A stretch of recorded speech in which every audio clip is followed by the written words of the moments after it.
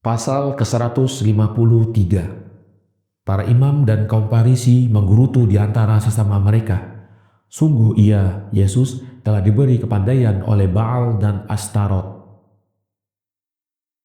Maka menggerutulah para imam dan kaum Farisi di antara sesama mereka. Kata mereka, sungguh ia, Yesus, telah diberi kepandaian Baal dan Astarot, dari itu ia berbuat demikian itu hanya dengan kekuatan setan. Kemudian Yesus membuka mulutnya, katanya, kita telah diperintah oleh Tuhan kita untuk tidak mencuri seorang kerabat kita. Akan tetapi kehormatan perjanjian itu telah dicederai, sehingga menyebabkan dunia ini dipenuhi oleh dosa yang tiada diampuni, seperti dosa-dosa yang lain. Karena apabila seorang itu menyesalkan lain-lain dosa, kemudian ia tidak kembali mengerjakannya lagi, lalu ia berpuasa, sembahyang dan bersedekah, maka ia akan diampunilah oleh Tuhan kita yang Maha Kuasa dan Pengasih. Akan tetapi dosa ini dari jenis yang tidak dapat diampuni, kecuali apabila dikembalikan apa-apa yang telah diambilnya dengan aniaya itu. Maka ketika itu berkatalah salah seorang ahli Taurat, bagaimanakah pencurian itu dapat memenuhi seluruh dunia ini dengan dosa? Sedang sebenarnya dengan karunia Allah kini tidak lagi terdapat pencuri-pencuri itu kecuali sedikit sekali, dan mereka pun tidak berani menampakkan diri, karena pihak tentara akan menggantung mereka seketika itu juga. Yesus menjawab, barang siapa yang tidak mengenal harta benda, tiadalah ia akan mengenal pencuri-pencuri. Bahkan kukatakan kepadamu sebenarnya, bahwa banyak orang yang melakukan pencurian, tetapi mereka tidak menyadari apa yang mereka lakukan. Maka dari itulah dosa mereka lebih besar daripada orang lain. Karena suatu penyakit yang tidak diketahui tiada akan tersembuhkan. Lalu ketika itu mendekatlah orang-orang Farisi itu kepada Yesus sambil mengatakan, ya Guru, jika sekiranya engkau sendiri yang mengetahui kebenaran di Israel ini, maka ajarilah kami. Yesus menjawab, sesungguhnya aku tidak mengatakan bahwa aku sendiri di Israel yang mengetahui kebenaran, karena perkataan sendiri hanya khusus untuk Allah sendiri, bukan untuk yang lain.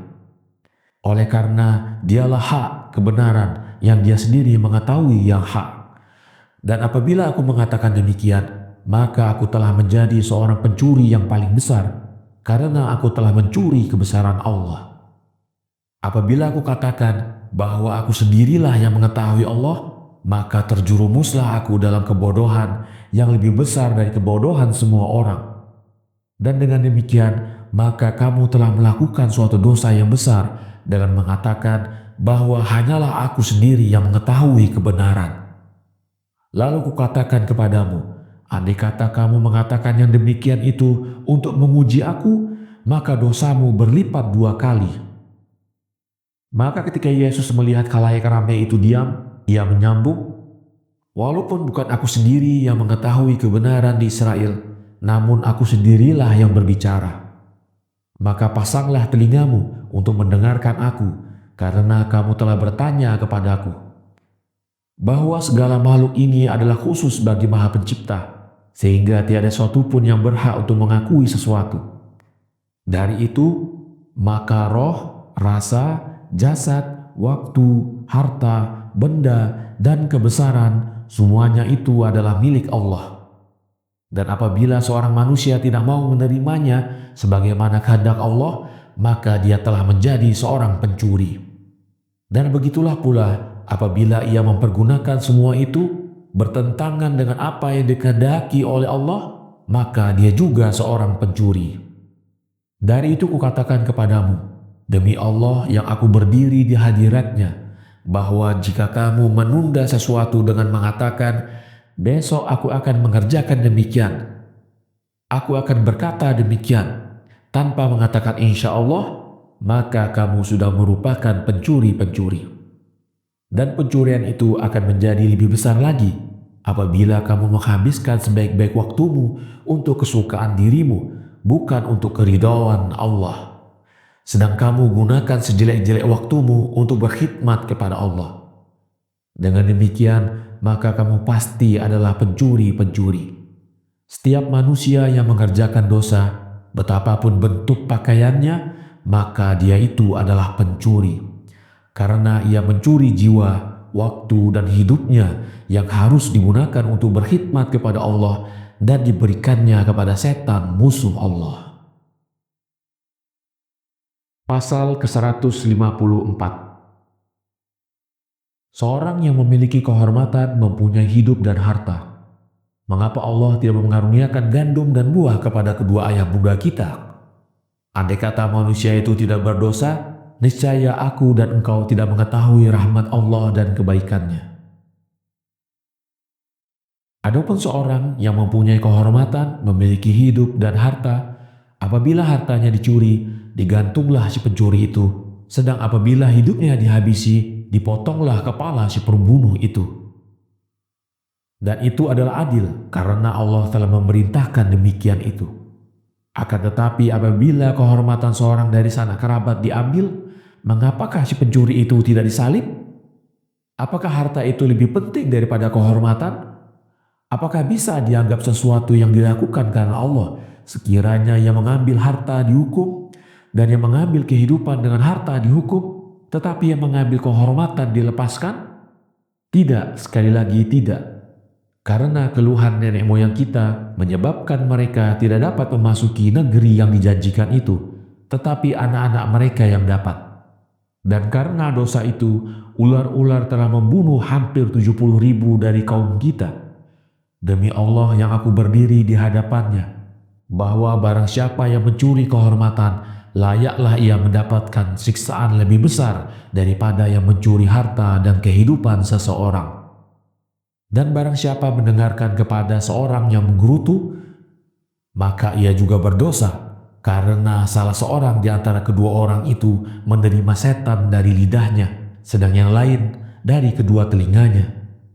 Maka ketika kaum Farisi mendengar yang demikian itu, meradanglah mereka, karena mereka tidak dapat mempersalahkan uraiannya.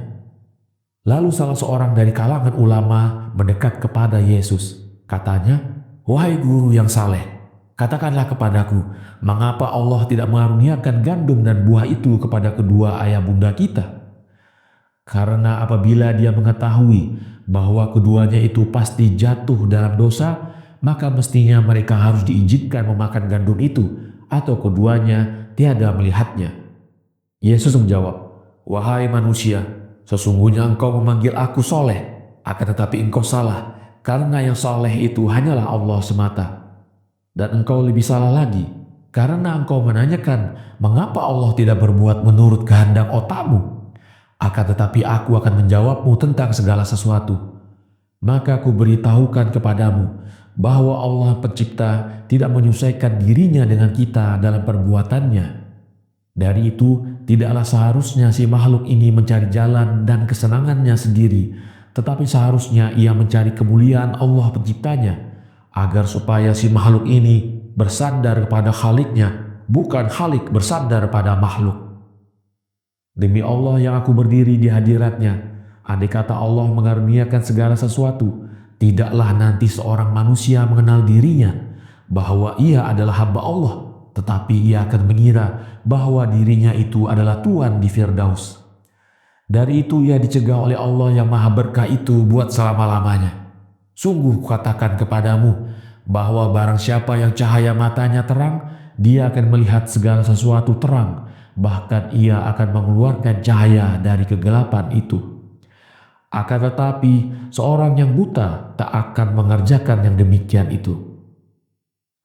Dari itu kukatakan, andai kata manusia ini tidak berdosa, niscaya aku dan engkau tidak mengetahui rahmat Allah dan kebaikannya. Dan andai kata Allah menjadikan manusia ini tidak bisa mengerjakan dosa, niscaya ia akan menjadi sebanding dengan Allah dalam persoalan itu. Itulah karenanya, maka Allah yang maha berkat telah menciptakan manusia ini saleh dan baik, akan tetapi ia bebas untuk berbuat sekehendaknya mengenai persoalan hidup dan keselamatan dirinya atau terkutuknya. Ketika si ulama itu mendengarkan itu, terkejutlah ia. Kemudian ia pulang dengan ketakutan.